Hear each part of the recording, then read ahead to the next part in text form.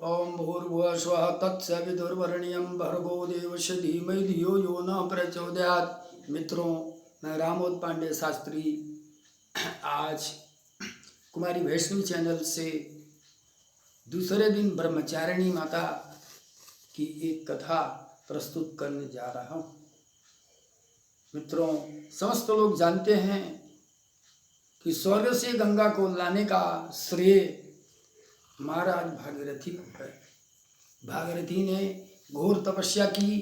घोर तपस्या के पश्चात ब्रह्मा जी प्रसन्न होते हैं, लेकिन इनसे प्रश्न करते हैं कि एक चीज बताओ, क्या तुमने धरती माँ से पूछा है कि गंगा का वेग एवं भार को वह बर्दाश्त कर सकती हैं, उसको सहन कर सकती हैं?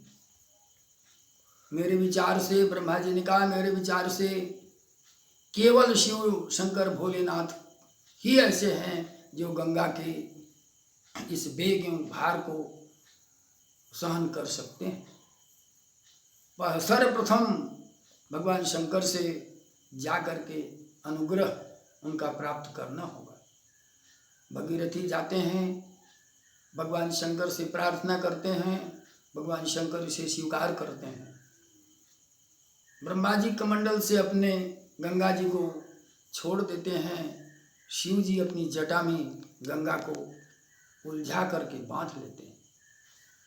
इसके बाद धीरे धीरे गंगा को छोड़ते हैं और गंगा पृथ्वी पर आती। शीघ्रवत ज्यों ही उस समय माता पार्वती जो ब्रह्मचारिणी के रूप में घोर तपस्या करके भगवान शंकर को प्राप्त करने के लिए भगवान नारद के परामर्श से तपस्या का परिणाम प्राप्त किया, ऐसी माता भगवान शंकर को प्राप्त करने के लिए अपने को पूरा तपा दिया था। आज वही माता गंगा रूपी एक पत्नी को जिसे उन्होंने अपने सिर में उलझाया था, देख करके माता को बड़ी क्रोध आई। माता ने कहा, ये ब्रह्मचारिणी माता ने कहा, आप मेरे जीवित रहते एक दूसरी पत्नी को अपने सिर पर कैसे बैठा लिए? भगवान शंकर ने सारी समस्याओं को सुनाया, किंतु माँ किसी भी रूप में उसे सिरोधार्य करने के लिए नहीं तैयार हुई।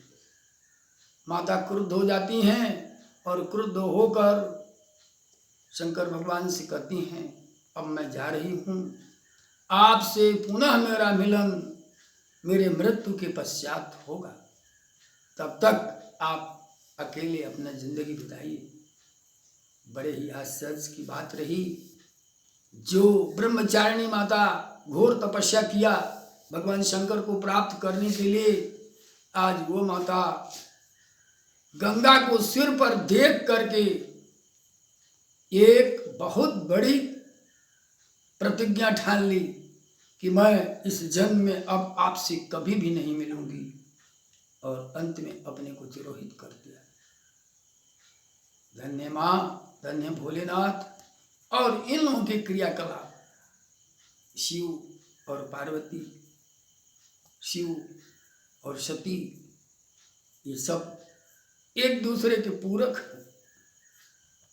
मुझे आश्चर्य इस बात का है कि माँ जिस वस्तु को प्राप्त करने के लिए, जिस भगवान शंकर को प्राप्त करने के लिए न मालूम कितने दिनों तक घोरतम तपस्या किया, आज गंगा को उनके सिर पर देख करके भगवान शंकर को पर क्रुद्ध हो जाती हैं और वहाँ से घोरतम प्रतिज्ञा करती हैं कि अब आप पुनर्मेरा जन्म होगा, तभी उस समय पति के रूप